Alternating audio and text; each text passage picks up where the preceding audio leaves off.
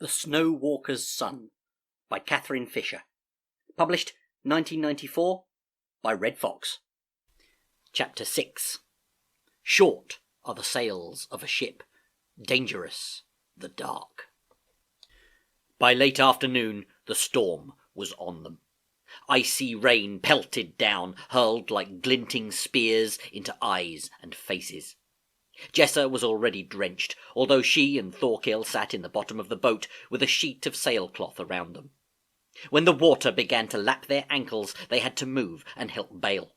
The ship rose and fell, toppling into enormous troughs buffeted by waves that curled high over the deck.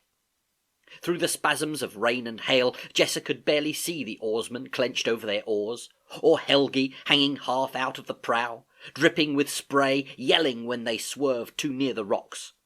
The iron-grey cliffs hung over them. The boat crashed and rose through the floundering seas, every spar and timber straining and shrieking.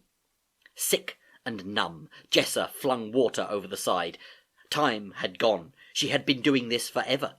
Cold nailed her feet to the deck. Every bone ached. The world rose and fell and floundered around her. As darkness fell, the rain froze into masses of ice on the timbers, so that they had to hack it off with knives and fling it overboard. Once Helgi gave a great yell, the helmsman jerked the rudder, and the ship skimmed a bank of shingle, grating horribly, flinging them all down. Then the wind came about and hauled the ship into a trough, and out, swinging her round. Staggering up, Jessa saw that they had cleared the headland. The rain drove now from an empty sky. Night thickened quickly. Shields and baggage and casks of beer were flung out into the black hollows. Jessa's eyes were stinging with the salt and hail that bounced from the deck. Her arms ached, frozen to her sleeves, and however hard she bailed, the water still rose. It lapped at the ankles of the oarsmen, who spat out curses and sardonic remarks. At last, exhausted, she sank back on her heels, clinging to the rail. The storm roared around her. She heard strange wailings in the sea, voices on the wind, screaming, whispering spells, spinning the boat with their breath. Closing her eyes, she saw Wulfgar standing in the hall. The hangings of the Jarl's hold flapped. Something walked and padded on strange feet through the corridors and locked rooms. A creature with Gudrun's eyes that held out a thin silver arm ring, pressing it into her hands.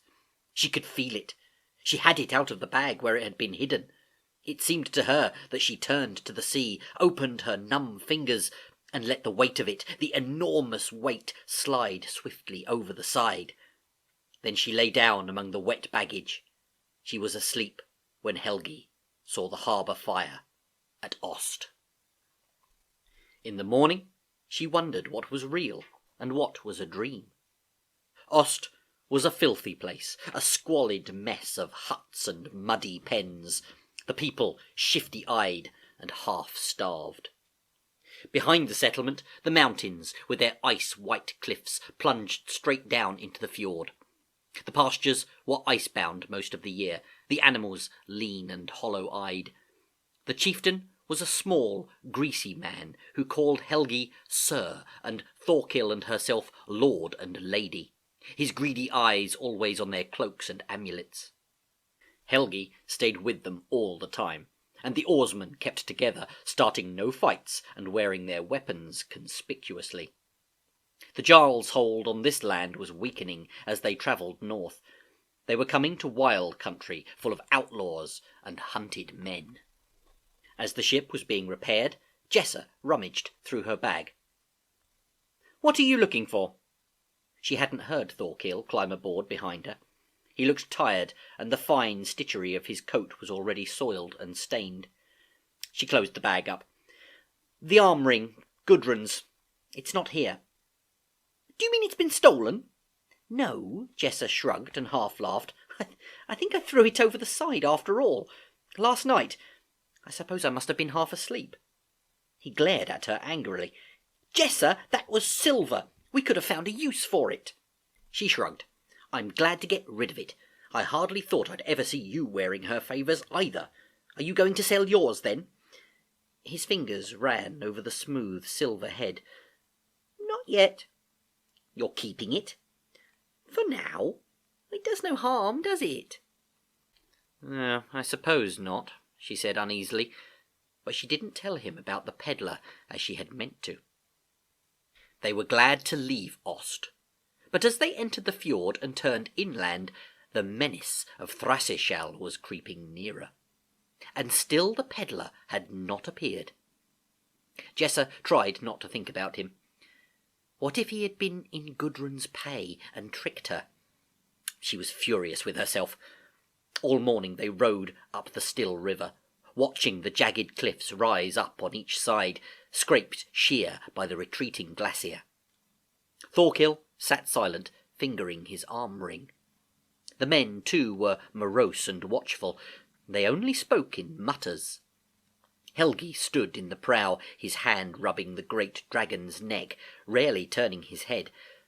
Silent and ominous, the narrow craft slid into the harbour of Trond at noon. The place seemed deserted. A few boats were dragged up on the shingle. Wisps of smoke drifted up from small turf houses, their roofs green with grass. Helgi climbed out and waited. Finally he called out. No one answered. Jessa could hear the faint lap of the tidal water against the boat. Skuas and gulls screamed in their crags. Then a dog barked, and a tall man stepped up to a rock above them, a long fishing spear glinting in his hand. "What's your business?" he asked after a long stare. "Messengers," Helgi said curtly, "from the Jarl Ragnar." "To us?" Helgi hesitated. Then he said, "To Thraseshall." It must have been a great shock, but the man barely showed it. "Can you prove that?" Helgi took the Jarl's token from his pocket, a ring in silver marked with one rune, and flung it up. The man caught it and looked at it carefully. Then his eyes moved over the ship. Jessa heard the whisper of a sword slowly unsheathing behind her. "Keep that still," Helgi hissed without turning. Quickly the man scrambled down the rocks, soil and pebbles slithering away under his feet. When he was quite near them, he stood still. He was a tall, grey man with a weathered face. "I'm not alone. There are many of us, as you'll guess. So I advise you, friend with the sword, to hold your hand. Your token, master."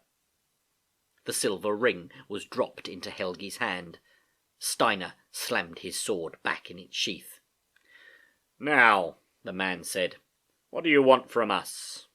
There was a change in his voice. Helgi heard it too, and gave a wry smile. "Your hospitality, chieftain, for a few nights. Also safe haven for the ship and the men left with her.